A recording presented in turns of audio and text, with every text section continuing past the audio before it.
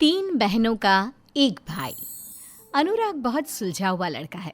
उसकी तीन छोटी बहनें हैं, नमिता, काव्या और सौम्या। अनुराग के माता पिता नहीं हैं, इसलिए उसने अपनी बहनों को माता पिता की तरह पाला है और उनकी हर ख्वाहिश पूरी की है। एक दिन नमिता अनुराग से कहती है, भैया आप शादी कर लो, आप हम सबसे बड़े हो, आपकी शादी पहले होनी चाहिए। नहीं, पहले मैं तुम्हारी और काव्या की शादी करूंगा, उसके बाद मैं अपनी शादी के बारे में सोचूंगा। और अभी तो सौम्या को भी पढ़ाना लिखाना है, उसे डॉक्टर बनाना है। भैया आप कभी भी अपने बारे में नहीं सोचते, हमेशा हमारी फिक्र लगी रहती है आपको। अब तुम मेरा बातों से ही पेट भर दोगी या कुछ खाने को भी दोगी? दुकान पर जाना है, चलो, देर हो रही है मुझे। आप और आपकी दुकान, बैठकर 2 घड़ी बात भी नहीं करती। नमिता अनुराग को नाश्ता दे देती है और अनुराग अपनी दुकान पर चला जाता है। अनुराग ने बहुत मेहनत करके दुकान और घर खरीदा है। इसी दुकान से तो अनुराग का घर चलता है। एक दिन अनुराग के चाचा उसके पास आते हैं। और कहो बेटा अनुराग, कैसे हो? तुम्हारी तीनों बहनें कैसी हैं? सब ठीक है चाचा जी, बस नमिता की शादी करने की सोच रहा हूँ। आपकी नज़र में कोई अच्छा लड़का हो तो बताना। अच्छा हुआ जो तूने मुझे पहले ही ये बात बता दी। अब कल ही किशोरी लाल जी मिले थे, वो भी अपने लड़के के लिए अच्छी और संस्कारी लड़की ढूंढ रहे हैं। अगर तुम कहो तो बात करूं? हाँ हाँ चाचा जी, बात कर लो आप, और जल्दी से ये रिश्ता पक्का करवाओ। लड़की के परिवार वाले नमिता को पसंद कर लेते हैं और अनुराग को भी लड़का पसंद आ जाता है। शादी की तारीख भी पक्की हो जाती है। लेकिन एक दिन अनुराग के चाचा उसके घर आकर कहते हैं, कैसे चल रही है शादी की तैयारी? बहुत अच्छी चाचा जी, कार्ड तो लगभग बन चुके हैं। बेटा एक ज़रूरी बात करनी है तुमसे, सोच रहा हूँ कैसे करूँ। अरे चाचा जी, आपको मुझसे बात करने के लिए भी सोचना पड़ता है, आराम से बताइए क्या बात है। वो क्या है ना बेटा, शादी के लिए किशोरी लाल जी ने एक शर्त रखी है। शर्त? कैसी शर्त? उन्हें दहेज में 25 लाख रुपए चाहिए बेटा। क्या 25 लाख रुपए? लेकिन चाचा जी, उन्होंने पहले तो ऐसा कुछ भी नहीं कहा था, अचानक से। मुझे तो समझ में नहीं आ रहा, मैं इतने कम समय में इतने सारे रुपयों का इंतजाम कैसे करूंगा। ये सारी बातें नमिता भी सुन लेती है और वो गुस्से से कहती है, चाचा जी आप जाकर उन लोगों से मना कर दो कि हमें ये शादी नहीं करनी है। ऐसे लालची लोगों के घर जाने से अच्छा है कि मैं जिंदगी भर इसी घर में बैठी रहूं। नमिता ये क्या बोल रही हो? शादी की सारी तैयारियां हो चुकी है, सब जगह कार्ड भी पड़ चुके हैं।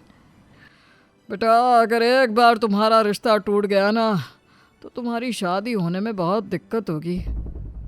दहेज की बात सुनकर अनुराग बहुत परेशान रहता है और वो फैसला करता है कि जिस मकान को इतनी मेहनत से उसने खरीदा था और उसकी बहनों ने बड़े प्यार से जिस मकान को घर बनाया था, उस घर को वो गिरवी रख देगा। ये बात जब अनुराग की बहनों को पता चली तो उन्होंने अनुराग को बहुत समझाया, भैया आप ये घर गिरवी मत रखो, मेरी शादी मेरे भाई बहनों को बेघर करके होगी तो मैं अपने ससुराल में कभी खुश नहीं रह पाऊंगी। भैया जरा सौम्या के बारे में भी तो सोचिए, उसे अपनी पढ़ाई पूरी करनी है, और काव्या आपको उसकी भी तो शादी करनी है। उफ़ो, देखो मैं ये घर बेच नहीं रहा हूँ, सिर्फ गिरवी रख रहा हूँ। मेरी दुकान है ना, वहाँ बहुत अच्छा काम चल रहा है। तुम तीनों को अपने भाई पर भरोसा नहीं है क्या? तुम देखना, मैं जल्द ही ये घर वापस ले लूँगा। अनुराग अपनी बहनों की एक नहीं सुनता और वो घर गिरवी रख देता है। नमिता अपने पति के साथ अमेरिका चली जाती है और अनुराग अपनी दोनों बहनों के साथ खुशी खुशी रहता है। एक दिन काव्या अपने भाई के पास आकर कहती है, भैया मैंने एक इंटरनेशनल कंपनी में जॉब के लिए अप्लाई किया था, वहाँ से ऑफर लेटर आया है, मुझे कुछ महीने की ट्रेनिंग के लिए जापान जाना होगा। अरे तुम्हें नौकरी की क्या ज़रूरत, तुम भी शादी करो और अपने ससुराल जाओ। अगर मेरी शादी नमिता दीदी की तरह होगी तो मुझे शादी नहीं करनी। भैया प्लीज़ मुझे जाने दे, ये मौका हर किसी को नहीं मिलता है। काव्या के बार बार कहने पर अनुराग उसे जापान भेजने के लिए मान जाता है। लेकिन नमिता की शादी के बाद अनुराग को आर्थिक तंगी का सामना करना पड़ रहा था। ऐसे में काव्या के जापान जाने का खर्चा वो कैसे उठाता? इसलिए वो काव्या को बिना बताए अपना गिरवी पड़ा घर बेच देता है। काव्या, मैंने तुम्हारी जापान जाने की टिकट बुक करा दी है और ये लो कुछ रुपए तुम्हारे काम आएंगे। अगर तुम्हें और किसी चीज़ की ज़रूरत हो तो बता देना। इस तरह काव्या जापान चली जाती है। काव्या के जाने के बाद सौम्या और अनुराग किराए के घर में रहने लगते हैं।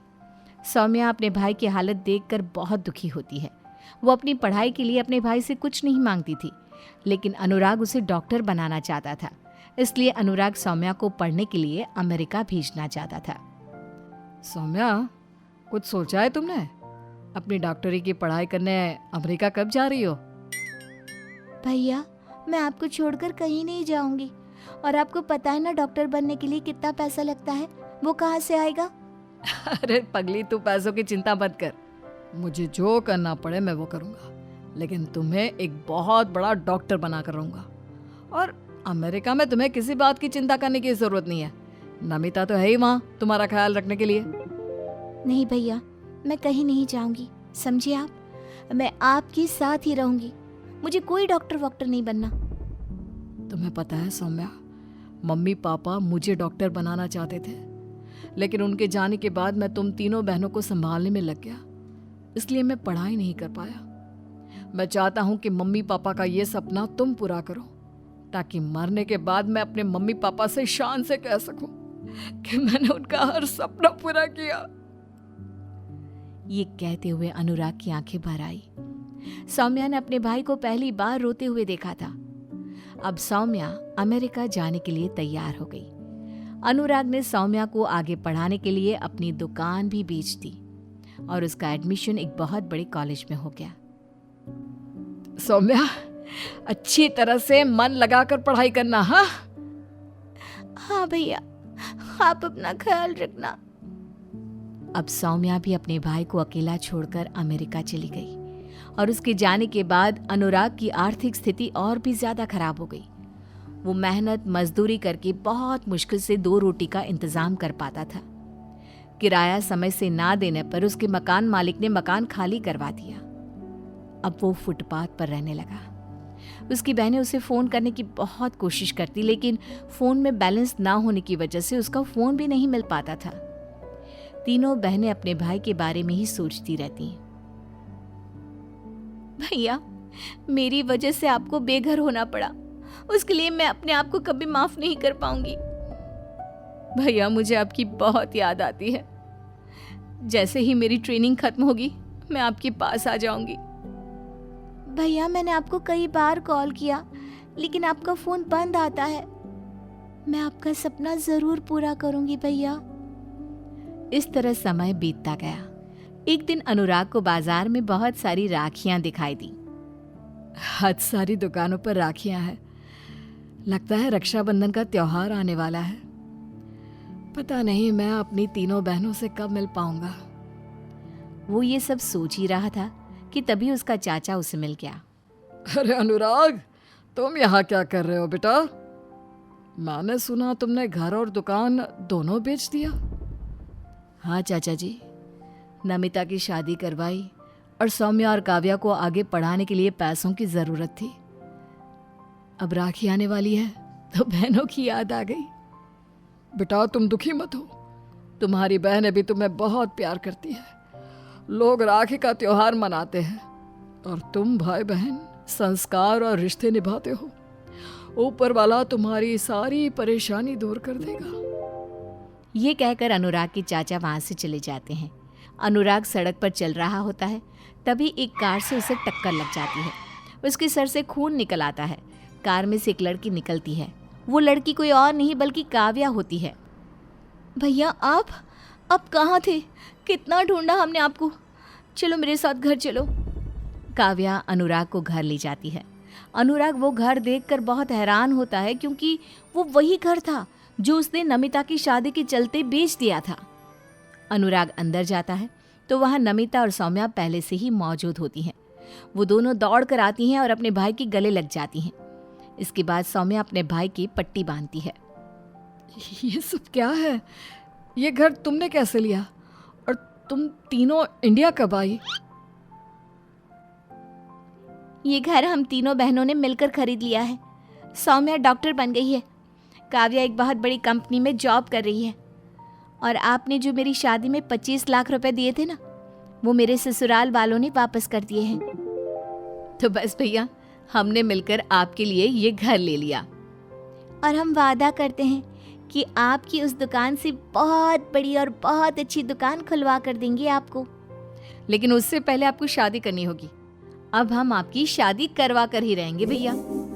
अपनी बहनों की बात सुनकर अनुराग आंखों में आंसू लिए कहता है, सच कहते हैं लोग, लड़कियां सच में लक्ष्मी का रूप होती हैं।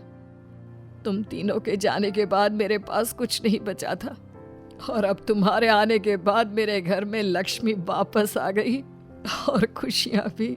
उसके कुछ दिन बाद रक्षाबंधन का त्योहार आ गया और तीनों बहनों ने अपने प्यारे भाई के हाथ पर राखी बांधी। धीरे धीरे ही सही उनकी जिंदगी की गाड़ी पटरी पर आ ही गई।